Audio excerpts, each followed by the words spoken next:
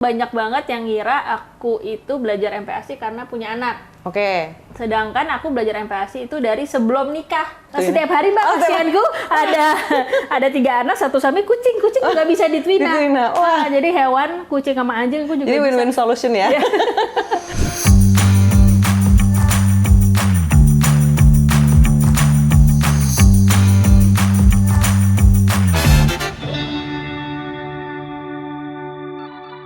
Halo Moms and Dads, welcome to Keluarga Modern Parent. Di sini Moms and Dads bisa mendapatkan cerita seru, informasi bermanfaat, dan juga pengalaman hidup menarik langsung dari sumbernya. Keluarga Modern Parent hadir untuk Moms and Dads yang membutuhkan support seputar kehidupan keluarga dan parenting ala Modern Parent. Oke, hari ini bersama saya Astari, kita seru banget, tetap di Mother Care YouTube channel. Kita udah kehadiran nih salah satu narasumber kita yang udah kita nanti-nantikan. Siap-siap tepuk tangan, ada Mbak Inta. Halo.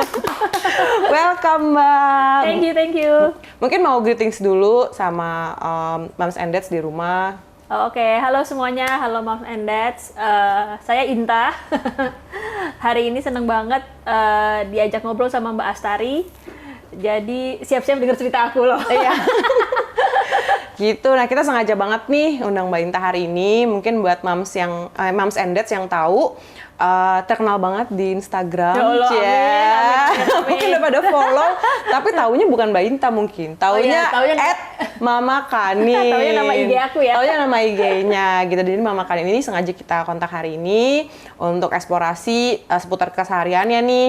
Beliau kan lebih terkenal lebih ke MPASI entusias gitu ya. MPASI entusias. Tapi belakangan ini ada beberapa cerita seru baru yang mungkin bagus juga nih disampaikan kepada Moms and Dads yang ada di rumah gitu. Nah, mungkin Mbak Inta, aku mau tanya-tanya dulu nih. Ini kan boleh.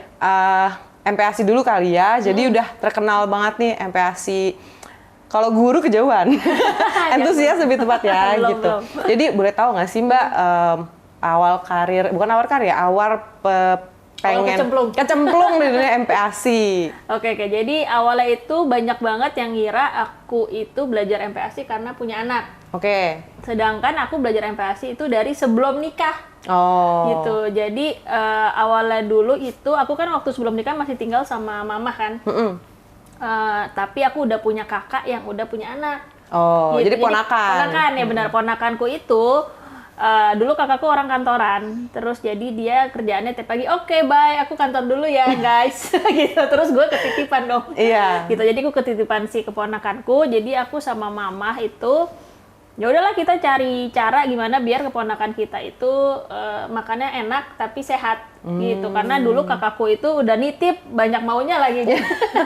Untung punya support sistemnya bagus nih. Nah jadi karena dulu kan emang kita nggak pakai nanny, nggak pakai suster gitu ya. Jadi emang si kakakku itu pesan pokoknya gue mau anak gue gini ya, tolong urus ya, oke aku kerja ya dah gitu. Wah. Setelah gue pikir enak banget ya zaman dulu. Ya udah akhirnya cuma dari iseng-iseng sih Mbak Astari dulu kita. Karena dulu emang nggak ada ya. Catering MPASI itu nggak ada, terus agak susah lah nyarinya gitu. Terus akhirnya aku masakin ke keponakanku, terus lama-lama pertama bagiin ke tetangga, ke teman-temanku yang emang udah punya anak gitu. Terus kok keterusan ya? Ini maksudnya tester atau emang? Tester dulu, tester. Udah tahu nih. Gitu. Jadi emang aku praktek dulu dulu sambil jalan kan. Mau nggak mau kan aku harus, walaupun aku belum nikah, aku harus harus upgrade ilmu. Betul. Ya udah akhirnya kadang-kadang kalau kakakku ke dokter anak aku ikut. Oh. Aku ikut dengerin, nanya-nanya gitu, pikir siapa lagi nih. Kok ini ibunya lebih antusias yang ini nih nanya-nanya nih. Gitu akhirnya aku banyak rajin baca. Zaman dulu sosmed juga belum ini sih Mbak, belum terlalu heboh. Belum booming gitu ya. Aku belum punya IG dulu. Gitu awalnya dari situ sih Mbak, dari masakin keponakan. Masakin keponakan, terus ternyata peminatnya banyak, baru keluar namanya Mama Kanin. Iya benar. Jadi behind the scene-nya Mama Kanin tuh apa? Oh, Mama Kanin tuh jadi pas aku berbuat memasak itu, aku tuh baru balik S2 dari Swedia. Nah, Mama Kanin itu artinya ibu kelinci. Oh, memang bahasa sana. Emang bahasa Swedia gitu. Dan dulu aku emang punya kelinci 7, maaf ya, Jadi aku bayangin mama kanin itu adalah kelinci kan anaknya banyak dong. Betul. Jadi kan jadi tuh aku pengennya aku tuh sebagai ibu yang anak-anaknya banyak bisa kasih makan banyak orang gitu. Tapi bagus juga ya. Iya. Aku pikir mama kanin tuh makanan ala Inta atau mungkin Indonesia apa, banget. Indonesia banget. Semua dibikin jargon gitu kan. Iya, banyak yang kira kanin tuh nama anaknya Mbak Inta ya. Enggak, bukan, itu artinya ibu kelinci aku bilang bahasa Swedia gitu. Baru dari situ dibangunlah merek pelan-pelan. Iya, Terus benar. sempat ngajar ini kan ya, apa MPASI kelas juga ya? Iya, kalau sampai sekarang sih kalau yang pada request mau private bisa sih Mbak. Apalagi pas pandemi kemarin, aku banyak ngajarin private MPASI tuh lewat Zoom. Oh. Gitu. Jadi karena emang sebenarnya masalah MPASI itu nggak melulu tentang resep sih. Banyak banget ibu-ibu yang terbantu karena psikisnya, karena ngobrol. Oh. Gitu. Jadi makanya lewat Zoom pun tetap bisa karena ujung-ujungnya curhat udah pasti. Iya, apalagi kalau jadi orang tua baru kan kayaknya, Iya, aduh iya, belajar dari mana Iya, bener, gitu. bener Oke gitu. lah kita bisa kayak baca-baca sendiri, tapi kalau misalkan nggak ada temennya kan juga kayaknya berat Iya, ya. benar. Jadi emang nggak melulu tentang masakannya enak apa nggak enak gitu. Karena sebenarnya lebih dalam loh. Gitu. Oh, berat. Gitu. Gitu, oke. Nah, terus abis itu aku juga kalau nggak salah sempat kita sempat ketemu waktu di acara salah satu launching e-book gitu kan. Iya, benar. Nah, itu memang terbiasa untuk kayak ngasih sharing secara umum di luar dari teman-teman aja gitu ya, Mbak. Jadi memang secara luas sudah dikenal banyak ngajarin MPASI sampai di mana aja. Ada nggak sih yang paling jauh tuh di mana ngajarin MPASI-nya? Paling jauh sih malah ketahuannya lewat Zoom. Misalnya aku ternyata ibu-ibunya tuh tinggal di luar pulau. Itu sih yang terharu gitu maksudnya. Kalau aku lagi ngajarin Zoom rame-rame, misalnya diundang sama komunitas atau sama rumah sakit ibu dan anak. Ternyata tuh ya itu ya MPASI itu emang melampaui batasan Nusantara ya. Kalau mereka ibu pada dasarnya kalau emang udah stres tanda kutip ya emang mereka berusaha apapun untuk belajar gitu. Jadi aku senang banget waktu itu pernah ada aku Zoom ternyata tuh yang ikut bisa senusantara itu sih. Gitu walaupun gak ketemu langsung ya Mbak ya.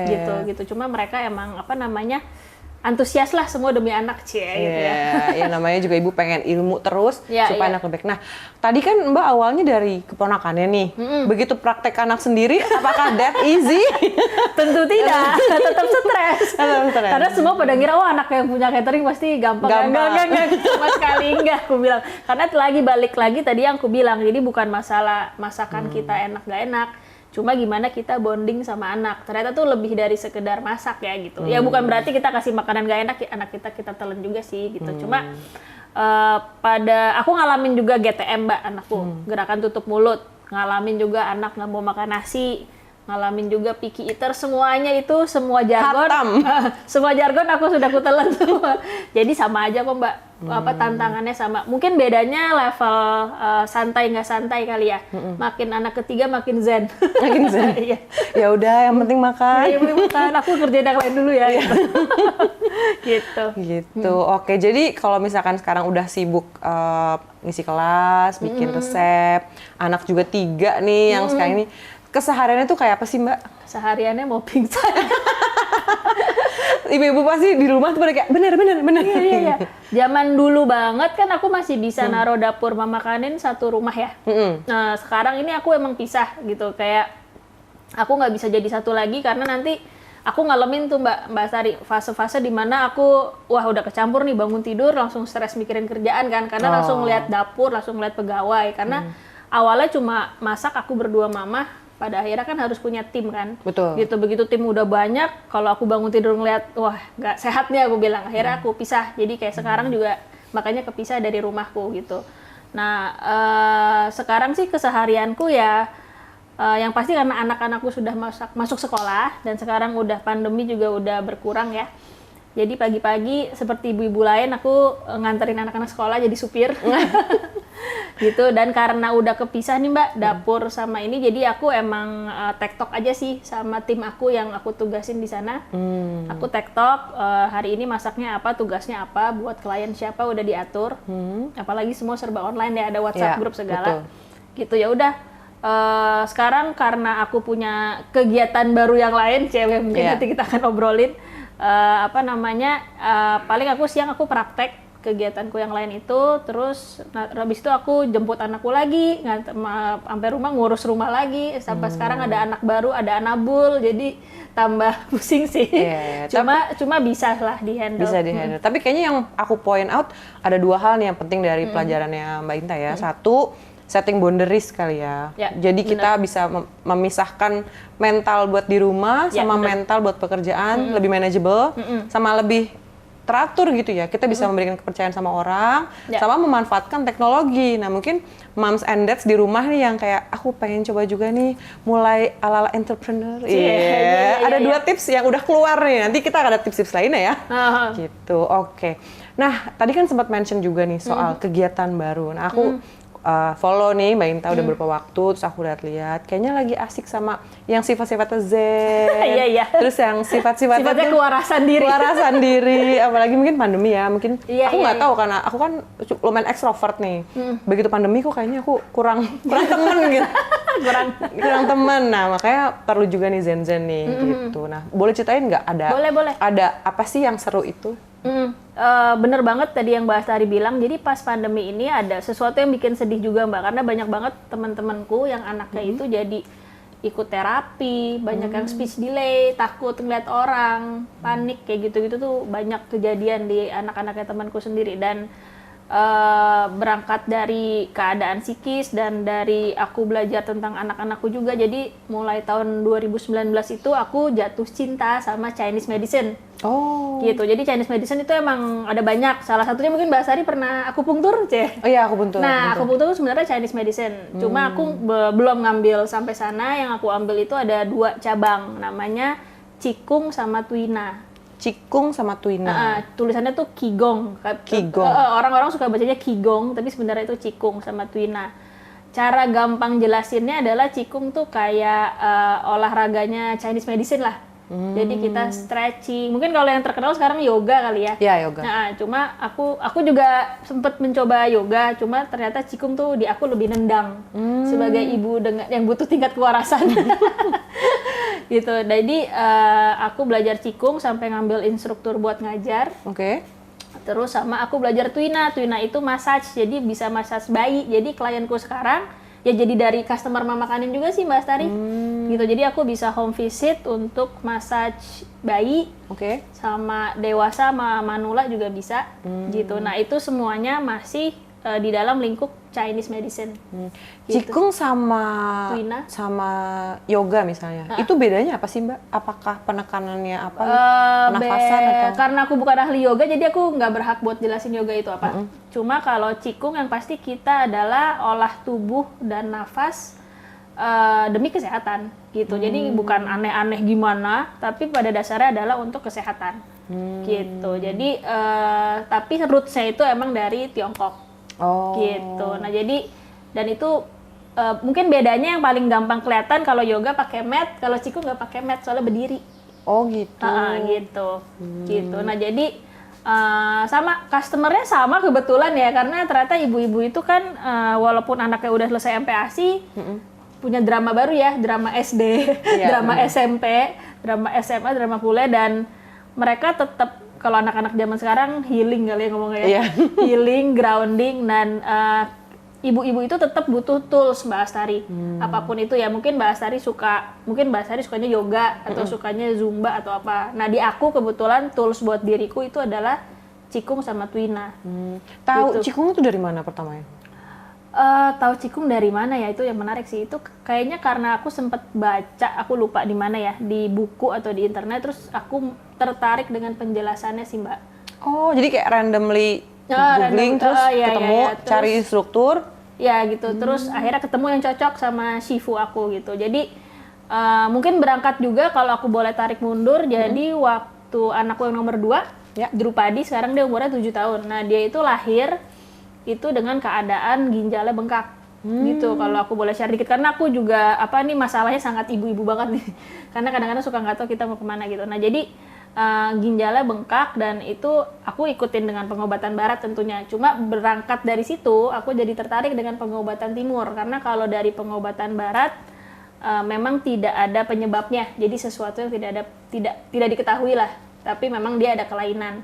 gitu. Nah cuma dari sisi timur aku tuh dapat banyak jawaban juga tuh Mbak, masalah internal organ gimana, kita sebagai ibu waktu hamil bisa kayak gimana. Nah itu sangat timur tuh Mbak, gitu. Nah jadi aku berangkat dari situ, aku akhirnya ngulik, oh ternyata oke nih buat aku pelajarin gitu. Dan cocok ya? Cocok banget, alhamdulillah. Alhamdulillah. Baru dari situ lanjut ke Twina. Dan itu masih berhubungan semua, karena makin aku belajar, oh ternyata berhubungan juga dengan cara anak makan, cara bayi. Aku banyak banget ketemu customer yang, Mbak Inta, anakku nggak mau tidur kalau malam, kayak pasti Mbak Sari juga ngerasain lah. Bangunnya jam 11, jam 2, jam 3, jam 4, ibunya kapan tidur ya. Akhirnya aku massage pakai Twina, terus anaknya alhamdulillah kalem gitu. Atau anak-anak yang habis traveling jet lag, aku massage, terus mereka langsung kalem lagi. Atau ibunya yang udah pusing, apalagi ini Mbak pasca COVID ya, kesehatan banyak yang naik turun ya. Banyak yang kesehatannya susah balik lagi, staminanya nggak kayak dulu. Itu aku bantu dengan Twina, sama aku ajarin Cikung di rumah juga alhamdulillah membaik gitu. Tapi yang terlihat nih dari dua hobi baru ya, jadi profesi gitu ya. Terlihat Mbak tuh kayak nyaman banget ngejalaninnya. Jadi bukan cuma tadi kan udah PR nih segala macam. Nah ini tuh kayak happily gitu, enjoy gitu loh menjalannya. Memang membantu untuk diri sendiri juga ya, bukan buat orang lain. Karena aja. banyak banget juga yang aku kaget itu, kan selama ini ngobrol sama customer MPASI kan lewat WhatsApp ya. Betul. Terus aku ke rumahnya dia atau dia ke tempat praktek aku, jadi ketemu langsung kan. Jadi selama ini udah 5 tahun kita ngobrol, akhirnya ketemu gitu loh Mbak. Jadi aku kerasa lebih kenal deket sama customer MPASI-ku gitu. Gitu, jadi ketemu langsung. Terus ya walaupun aku udah anak 3, bukan ngerasa keminter juga sih, cuma aku seneng sharing dengan apalagi ibu-ibu yang benar-benar anaknya masih baru gitu. Jadi kita saling tuker ilmu gitu. Gitu sih. Oke.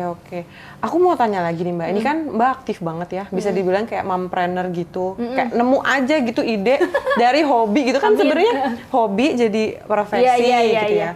Apa emang keluarga Mbak Inta rata-rata pengusaha, entrepreneur, atau siapa sih sosok inspirasi Mbak sampai kayak aku harus upgrade ilmu terus nih gitu? Oh iya, aku jawab yang pertanyaan pertama dulu ya. Pertama kan, apakah backgroundku entrepreneur apa enggak? Enggak, sama sekali enggak. Aku jawabnya dengan bold, enggak. Jadi malah papaku tuh orang kantoran bangetnya pakai bold gitu. Jadi mungkin dia pusing liat aku. Enggak, maksudnya jadi kakakku juga kantoran, adekku juga kantoran. Jadi aku nih emang nomor 2, emang agak-agak yang beda gitu. Jadi aku juga nggak tahu kenapa ya, mungkin karena ngeliat mamaku emang bukan orang kantoran, cuma mamaku itu emang melakukan apapun yang penting dapur ngebul lah gitu. Jadi dulu waktu aku masih kecil kayaknya aku ngeliat dia sih Mbak, dia buka salon di rumah lah, dia ya ibu-ibu gimana sih biar tetap bantu suaminya. Produktif. Iya, dia buka salon di rumah lah, dia sibuk lah, aku ngeliat aja udah sibuk gitu. Mungkin itu aku dapat itunya kali ya. Secara nggak langsung inspirasi nih. Projecting myself gitu. Jadi kayaknya mungkin dari situ. Cuma sosok entrepreneur yang gimana sih sebenarnya aku nggak punya sih Mbak. Tapi pas aku sekolah S2 emang aku ketemu dengan berbagai macam budaya kali ya. Karena kan emang kuliahnya itu dulu bisnis. Itu aku emang lihat sih gimana mereka betapa susahnya mereka terbang jauh-jauh untuk ketemu di satu negara. Maksudnya bukan kita ketemu di Swedia terus hura-hura. Nah beda banget sih dulu feel-nya. Dulu tuh beneran mereka berjuang, jual ini jual itu biar bisa sekolah di situ gitu. Nah jadi mungkin aku dapat itu juga dari teman-temanku waktu di sana gitu. Jadi kita susah bareng lah, gitu, susah bareng. Dan di sana nggak ada orang Indonesianya kan dulu Mbak, gitu. Jadi kita susah bareng di sana. Jadi aku pulang juga bawa banyak ilmu berjuang dalam hal entrepreneur sih gitu. Kalau sosok idola, sosok idola siapa ya? Kayaknya banyak ya, mulai dari mamaku, orang tuaku, papaku juga. Cuma yang paling nendang sekarang sih kayaknya ternyata anak-anakku sih Mbak Astari. Nah, gitu. Karena kan ada tiga anak tuh, dan itu beda banget semuanya. Jadi dan aku ngerasa kayak aku pernah dengar siapa yang ngomong kayak pepatah yang bilang sebenarnya tiap anak itu mereka ngalamin orang tua yang beda. Aku lupa deh siapa yang ngomong. Aku kayak pernah tahu deh. Iya kan? Karena stage orang tuanya tuh berbeda. Nah, exactly. Iya benar-benar. Jadi aku dulu masih nggak ngerti tuh maksudnya apa sih, kan gue juga. Tapi ternyata emang bener sih. Kayaknya aku bisa ngeliat nih anakku yang ketiga perjalananku udah di sini nih. Anak yang kedua perjalananku lagi galau gitu. Jadi keluarnya gimana gitu. Jadi makanya aku sangat sangat setuju ya. Maksudnya ada yang bilang kan, makan apa aja nggak apa-apa. Nah pasti sehat-sehat juga. Aku setuju tuh nutrisi tuh ngefek ke psikis anak, terus bonding tuh ngefek ke psikis anak, terus peralatan tools emang ngefek ke psikis anak. Apa yang bisa kita provide buat mereka setiap hari gitu. Jadi itu dia anak-anakku tuh sangat ini sih inspiratif buat aku gitu. Jadi perjalanannya beda-beda ya. Iya gitu. benar. Dan kita juga pengen ini nggak sih kayak ngerasa aku juga pengen jadi sosok inspirasi buat anak-anak aku. Aku nggak tahu tapi aku mikir gitu sih Mbak. Pengennya sih gitu Mbak. Cuma biasanya aku lebih ke jalanin aja apa adanya sih kadang-kadang soalnya mereka kan cerita, apalagi anak zaman sekarang kan suka ini yang Mbak ngomongnya jujur banget ya. Jadi mereka kalau lagi nggak suka sama aku ya dia akan bilang. Apalagi yang umurnya 9 tahun sekarang udah dia bilang Mbak terang-terangan kalau kita lagi jalan-jalan misalnya ke mall atau kemana dan aku berisik dan anak-anakku apalagi yang bayi berisik dia akan bilang Mbak kemarin dia baru bilang kayaknya kalian bikin malu aku deh gitu. Jadi kan aku sok-sok kan aku meruntuh ya. Yeah. Oh no. Kalau di komik-komik krompiang gitu. Aku bikin malu kau kan kalau emosi bisa aku gitu ya cuma oke, kenapa aku bikin malu? Aku bilang aja dia cerita ya karena suaranya terlalu tinggi dia bilang gitu. Oke.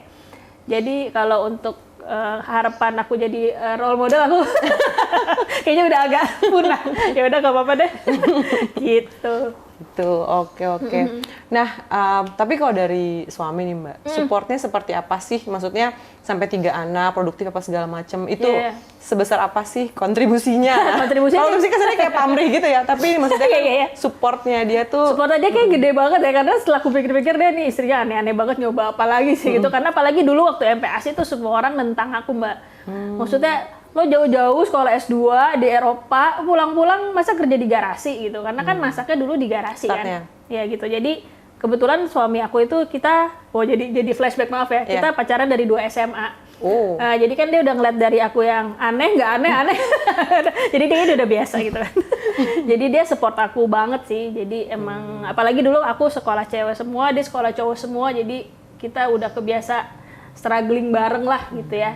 Jadi ya udah dia emang apapun, apalagi dia ngeliatnya, maksudnya dia ngeliat MPASI, ternyata emang lo kerja bener ya, maksudnya lo nolong ibu-ibu, oke nggak apa-apa. Terus dia ngeliat aku pertama juga, cikung, apa sih cikung?